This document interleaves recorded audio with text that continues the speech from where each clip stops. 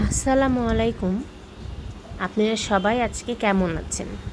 তো আজকে আমি দুপুরে কী রান্না করব এটা ভাবতে ভাবতে আমার শাশুড়ি মা বলল, তুমি পাঙ্গাস মাছ রান্না করো, আলু ভর্তা করো আর ডাল করো, যেহেতু আমি বাসায় থাকবো না।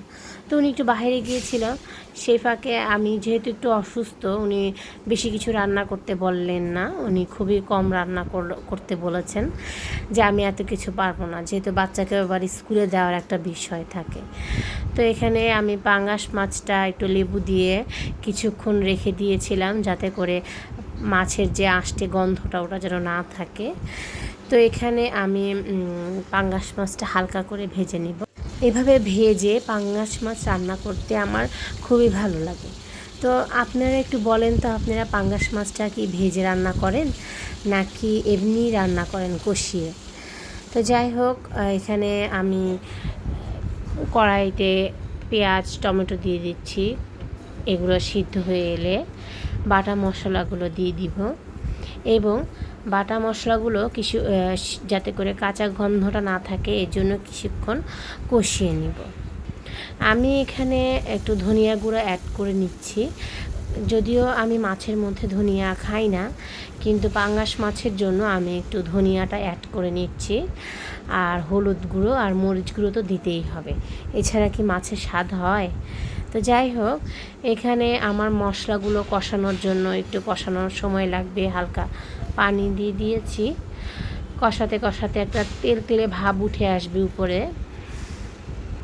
এখন দেখেন আমার মশলা কষানোটা হয়ে গিয়েছে। এখন আমরা মাছগুলো দিয়ে দিচ্ছি। এখানে পাঙ্গাস মাছের বেশ কতগুলো টুকরো আমি ভেজে ফেলেছিলাম, কারণ আমরা জয়েন্ট ফ্যামিলিতে থাকি, তো আমাদের সদস্য সংখ্যা বেশি। তো যাই হোক, এখানে আমার আলুগুলো সিদ্ধ হয়ে এসেছে। তো যে আলুগুলো সিদ্ধ হয়ে এলে আমার শাশুড়ি মা ততক্ষণ চলে এসেছে, আমাকে বলল, তুমি আমাকে শুকনো মরিচগুলো ভেজে দাও, আমি তোমাকে ভর্তাটা করে দিচ্ছি। এতে আমার অনেক হেল্প হয়। উনি বরাবরই আমাদের রান্নাঘরে অনেক হেল্প করেন। যেহেতু আমার ছোট একটি বাচ্চা আছে আর আরেকটা বাচ্চাকে নিয়ে আমার স্কুলে থাকতে হয়, তাই উনি আমাদেরকে কাজে অনেক হেল্প করে দেন। আর আমাদের হেল্পিং হ্যান্ড তো আছেই। তা যাই হোক, আমার শাশুড়ি মায়ের এই আলু ভর্তাটা অনেক মজা হয়, উনি অনেক মজা করে ভর্তা করতে পারেন। ওনার আলু ভর্তাটা প্রায় হয়ে গিয়েছে।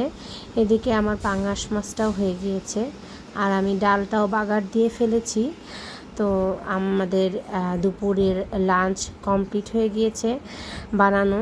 সো আল্লাহ হাফেজ। নেক্সট ভিডিওতে আবার দেখা হচ্ছে আপনাদের সাথে।